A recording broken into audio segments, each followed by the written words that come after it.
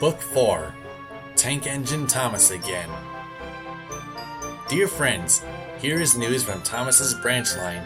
It is clearly no ordinary line, and life on it is far from dull. Thomas asks me to say that if you're ever in the region, you must be sure to visit him and travel on his line.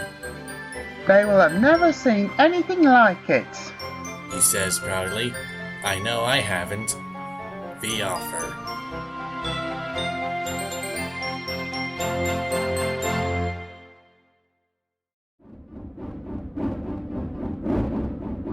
Thomas and the Guard. Thomas the Tank Engine is very proud of his branch line. He thinks it is the most important part of the whole railway. He has 2 coaches. They are old and need new paint, but he loves them very much. He calls them Annie and Clarabel. Annie can only take passengers, but Clarabel can take passengers, luggage, and the guard. As they run backwards and forwards along the line, Thomas sings some little songs, and Annie and Clarabel sing too.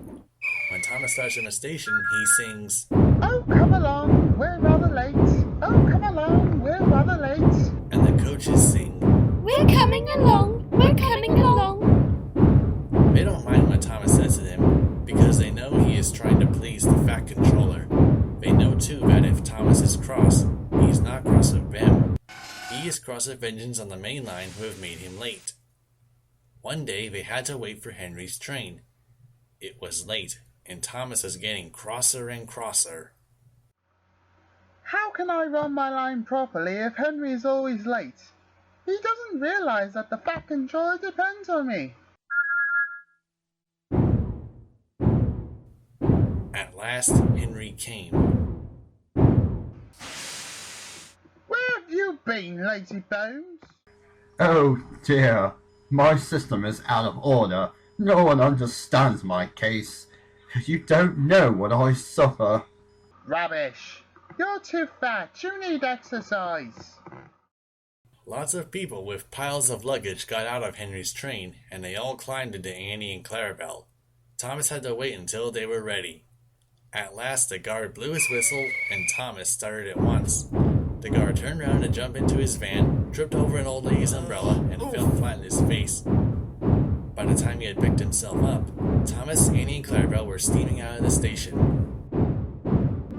Come along, come along. I've lost my nice guard, I've lost my nice guard. We haven't a guard, we haven't a guard. But Thomas was hurrying and wouldn't listen. Oh, come along, oh, come along. Annie and Clarabel tried to put on their brakes, but they couldn't without the guard. Where is our guard? Where is our guard? Thomas didn't stop until they came to a signal. Bother that signal. What's the matter? I don't know. The guard will tell us in a minute. They waited and waited, but the guard didn't come. Where is the guard? We left him behind. The driver, fireman, and passengers looked, and there was the guard running as fast as he could along the line, his flags in one hand and his whistle in the other. Everybody cheered him. He was very hot, so he sat down, had a drink, and told them all about it. I'm very sorry, Mr. Guard. Oh, it wasn't your fault, Thomas. It was only the old lady's umbrella. Look, the signal's down. Let's make up for lost time.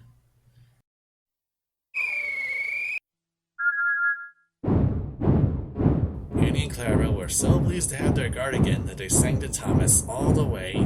As fast as you like, as fast as you like. And they reached the end of the line quicker than ever before.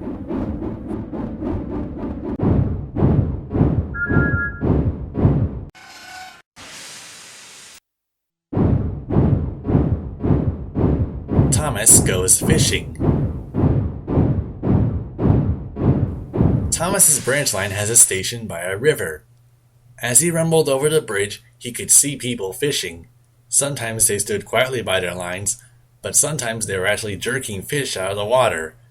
Thomas often wanted to stay and watch, but his driver said, No! What would the back controller say? We were late. Thomas thought it would be lovely to stop by the river. I should like to go fishing. I want to fish. Ha! Engines don't go fishing. Silly stick in the mud. Thomas generally had to take in water at the station by the river. One day he stopped as usual, and the fireman put the pipe from the water tower in his tank. Then he turned on the tap, but it was out of order and no water came. Bother, I am thirsty. Never mind. We'll get some water in the river. They found a bucket and some rope and went to the bridge. When the driver let the bucket down to the water, the bucket was old and had 5 holes, so they had to fill it, pull it up, and empty it into Thomas's tank as quickly as they could. There's a hole in my bucket, dear Liza, dear Liza. There's a hole in my bucket, dear Liza, a hole. Never you mind about Liza. You empty that bucket before you spill water all over me.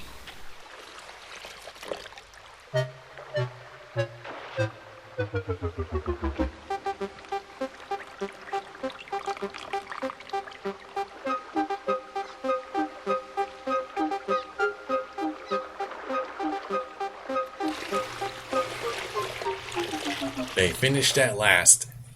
That's good, that's good. Thomas, Annie, and Clarabel puffed along the valley and were in the tunnel when Thomas began to feel a pain in his boiler, while steam hissed from his safety valve in an alarming way. There's too much steam. The fireman opened a tap in the feed pipe to let more water into the boiler, but none came. Oh dear. I'm going to burst. I'm going to burst. They damped down his fire and struggled on. I've got such a pain. I've got such a pain. Just outside the last station, they stopped, uncoupled Annie and Clarabel, and ran Thomas, who was still hissing fit to burst, on a siding out of the way.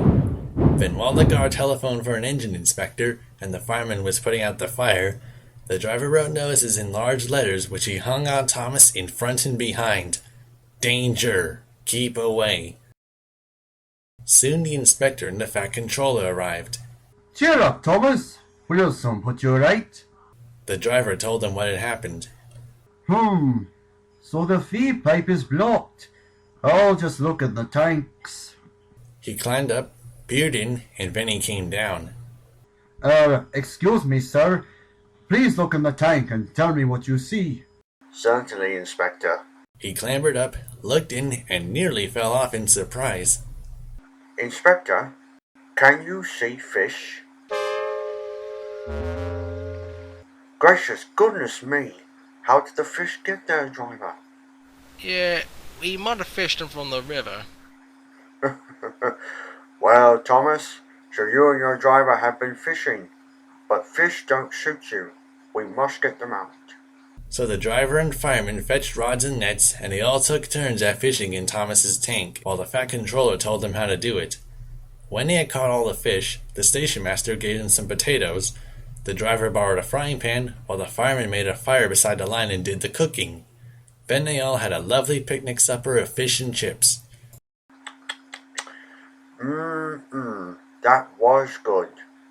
But fish don't suit you, Thomas, so you mustn't do it again. No, sir, I won't. Engines don't go fishing. It's too uncomfortable. Sometimes it's nice to take some time out. Do what you really want to do. Just to relax and let the world ride by you. Forget your worries, no need to hurry. Just leave aside.